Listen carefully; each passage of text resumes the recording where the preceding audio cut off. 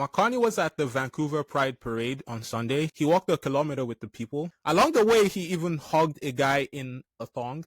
Like seriously, the guy had a thong on and nothing else. Like, that picture made rounds on the internet. Now, I'm not going to show you that man's cheeks because I don't want to get barred for showing inappropriate content on here. Like, look, a prime minister's job is tough. You got to hug a man in thongs and smile like you love that shit. Look at that big smile. Look at that big smile. Ain't no way. Here's what I know. I'm not hugging a man in a thong. I don't care what you say. But you know what? The prime minister is game for anything. It's actually one of the good things about him, I guess. Now, to be fair, he didn't actually give the guy a full hug. Thank God, because I'm not ready to see my prime minister tip to tip with a naked person. Like, I don't want to see that.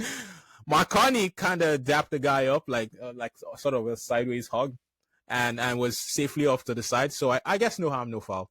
There was even time at the Pride Parade for Mark Carney to be harassed by a reporter. So this reporter is from Press for the Truth. They're a big channel on YouTube, clearly conservatives. Now, I will play you that clip. They've titled it, Mark Carney confronted on taking his non-binary daughter to the Tavistock Gender Clinic.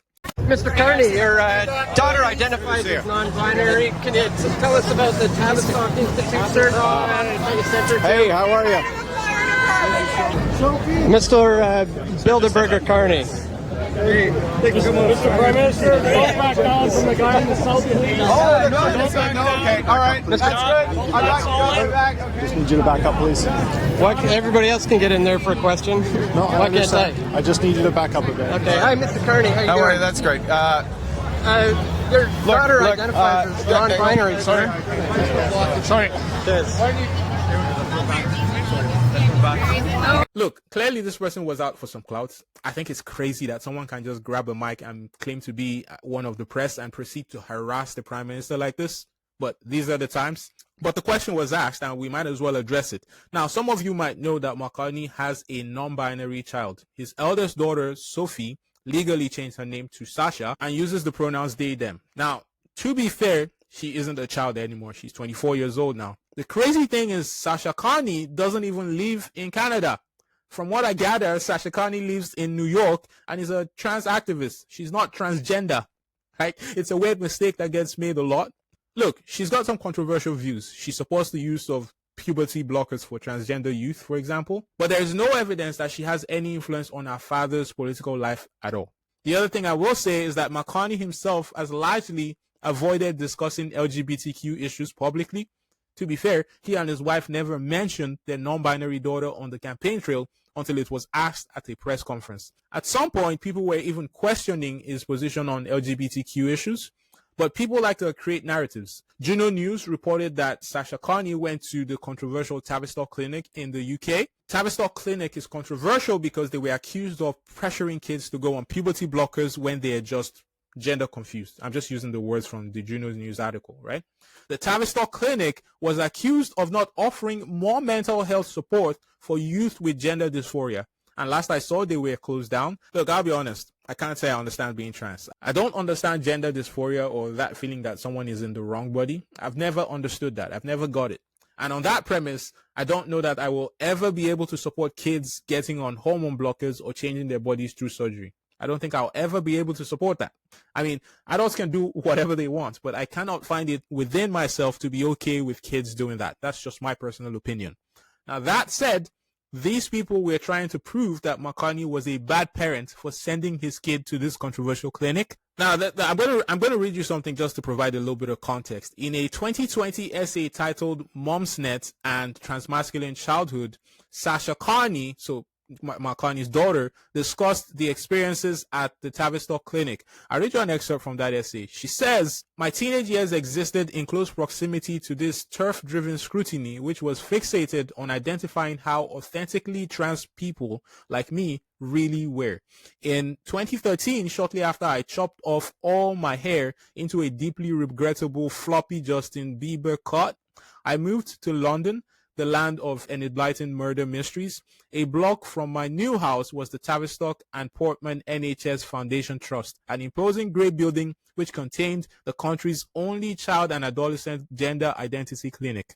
I watched as my friend, after a year of weekly appointments, trying desperately to get an official diagnosis of gender dysphoria, was denied the diagnosis, and with it, any hope of top surgery, because they sometimes wore skirts. I watched organizations with names like Transgender Trend refer to trans Tavistock patients as experimental subjects who didn't know what was best for them. I watched as my school's former principal told a national news outlet that trans students like me and many of my close friends were cis women who were only coming out to cause turbulence and adhere to anything a bit radical. I watched all this happen, and I quietly stopped wearing underwire bras and wore baggier clothes, and I felt a fierce surge of jealousy every time I walked into the Tavistock for therapy and saw patients turn left towards medical spaces I didn't feel trans enough to enter. This little excerpt, as I told you, comes from Sasha Carney's 2020 essay, Mom's Net and Transmasculine Childhood. So from this little excerpt from the essay here, she seems to begin her transgender journey in 2013. So if she's 24 now, she was probably somewhere around 12 years old at the time. Now, to be honest, that seems a little young to me. Like, you might recall that Mark Carney was Bank of England governor between 2013 and 2020. So while he was there, apparently he sent his child to the only gender identity clinic in the UK. So yeah, it would appear that he sent his child to this gender identity clinic at 12. So what does that tell you about Mark Carney? So some of you might know that Mark Carney is Catholic and actively practices that faith. Apparently, he actually goes to church. Now, if you know anything about the Catholic faith, you know that they frown upon all this LGBTQ stuff. So what does the fact that Mark Carney still sent his child to this gender identity clinic, despite being Catholic, say to me? That says to me that he prized his child's well-being above his own beliefs at that particular moment. Now, as far as we know, Sasha Carney did not go on puberty blockers. There wasn't any surgery or anything as far as we know.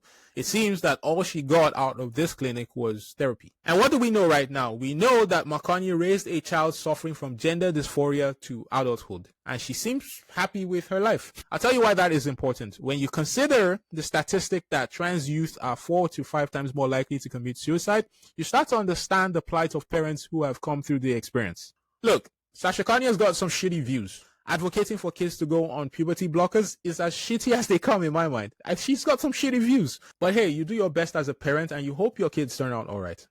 Right? Anyways, you guys subscribe if you're new to the channel. I talk about all sorts of things. Sometimes you guys teach me something new, something I never expected to learn about. That's what I love about this community of ours. So subscribe if you're new. Thanks for watching. I'll see you next time. Take care, you guys.